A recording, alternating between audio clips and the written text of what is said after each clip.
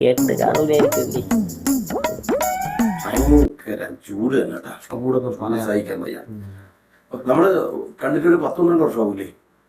ഏതാണ്ട് 12 കൊല്ലം ആവും. കാരണം ഞാൻ പ്രൊമോഷനായിട്ട് 10 കൊല്ലമായി തിരുവനന്തപുരത്ത് മാറിയിട്ട്. അന്ന് നമ്മുടെ അവിടെ ഓഫീസ് ഉണ്ടായിരുന്ന സെബാസ്റ്റ്യൻ ഉണ്ടല്ലോ, സെബാസ്റ്റ്യൻ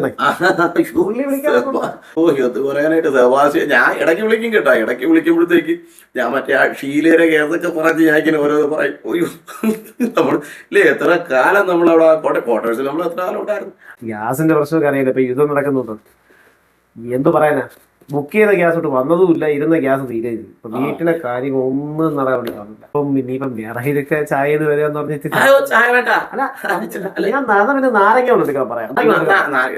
ചൂടുവെള്ളം കാണില്ലേ കുടിക്കാനായിട്ട് തിളപ്പിച്ച ചൂടുവെള്ളം കാണും. ചൂടുവെള്ളം ഉണ്ട്. ചൂടുവെള്ളം മതി, ചൂടുവെള്ളം മതി. ചൂടുവെള്ളം ചേർക്കണേ.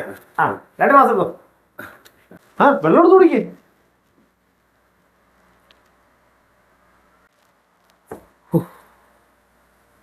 ഇക്കണക്കിന് പോവാണെങ്കിൽ എന്തായി തീരും പറയാണ്ട്.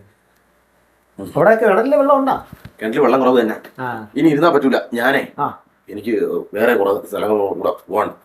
എന്നാ പിന്നെ ഞാൻ അങ്ങോട്ട് ഇറങ്ങട്ടെ. ശരി. അപ്പൊ എന്നാ പിന്നെ എല്ലാരും തിരക്കുന്നു. ശരി എന്നാ ഓക്കെ.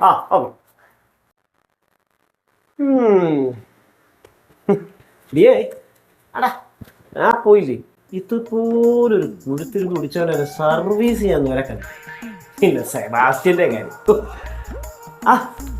എന്തുപറ്റി? അതെ, ഞാൻ യഥാർത്ഥത്തിൽ വന്ന കാര്യമൊന്നും പറഞ്ഞു. മോളുടെ കല്യാണം പറയാനായിട്ടാണ് വന്നത്. അത് ശരി. അല്ല എങ്കിലും അത് മറന്നുപോയത് നന്നായി.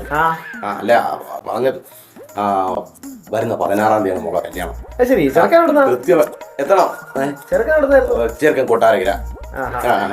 ചെറുക്കന് ജോലിയുണ്ട്.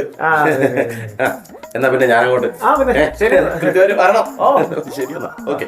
എല്ലാരെയും കൂടെ കൂട്ടിക്കൊണ്ട് തന്നെ വരണം. ശരി ശരി. കണ്ടാലൊക്കെ വലിയ സന്തോഷം കേട്ടാ. ശരി.